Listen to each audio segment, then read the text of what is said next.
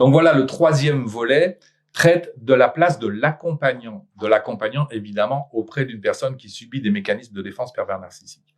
Donc avant d'aller plus loin, je voudrais vous raconter une histoire qui m'est arrivée il y a très très longtemps, il y a plus de 20 ans. J'étais jeune homme, j'étais cadre à l'époque dans une entreprise et parallèlement, je faisais partie d'un syndicat, donc d'une association. Et à l'intérieur de ce syndicat, il y avait des gens qui donnaient des conseils juridiques en matière de travail.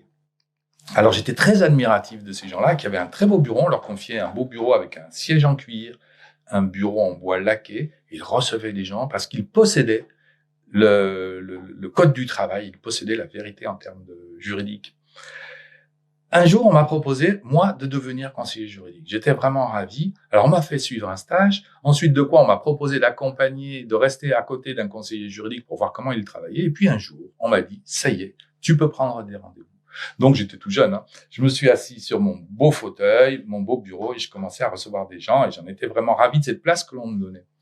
Un jour est venue une jeune femme qui me dit, voilà, je suis harcelé par mon employeur, qui me parle très très mal, qui m'insulte, qui attend d'être, quand nous soyons rien que tous les deux pour me dire des méchancetés, et visiblement, il me pousse à démissionner. J'en suis au point où je crois que j'ai donné ma démission. À ce moment, je dis à la personne, non, il ne faut pas démissionner, vous devez caractériser les faits. Parce que si par la suite vous étiez amené à démissionner, vous pourriez dire que si la démission vient du fait de l'attitude de l'employeur, ça peut s'analyser en droit, non pas comme une démission, mais comme un licenciement abusif.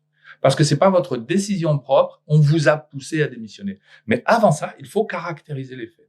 On me dit, bon, mais je fais comment? Je dis, écoutez, on va envoyer un courrier, vous allez envoyer un courrier à votre employeur en disant, voilà, tel jour vous avez fait ça, tel jour il s'est passé ci, tel jour il s'est passé ça.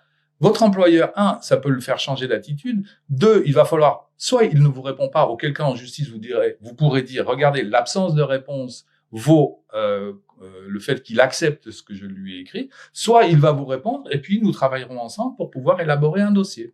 La dame me dit, mais moi je ne saurais jamais écrire une lettre comme celle-là. Je lui dis, ne bougez pas, je vais vous l'écrire. Je lui écris la belle lettre, je lui donne comme étant un brouillon et je lui dis, vous rentrez chez vous, vous recopiez la lettre et vous l'envoyez en recommandé avec accusé de réception. Bien. Quelque temps plus tard, je ne sais pas, 1 semaine, 2 semaines, 3 semaines plus tard, elle vient. Elle me rencontre, donc je suis toujours dans mon beau bureau, et je lui dis, alors, comment est-ce qu'il a réagi à la lettre? Elle me dit, mais je ne l'ai pas envoyé. Je lui dis, bon, mais qu'est-ce que vous avez fait? Elle me dit, j'ai démissionné. Alors, je lui dis, mais attendez, mais alors à quoi est-ce que cela sert de venir me demander des conseils si c'est pour ensuite faire le contraire? Et là, la jeune femme s'effondre en pleurs.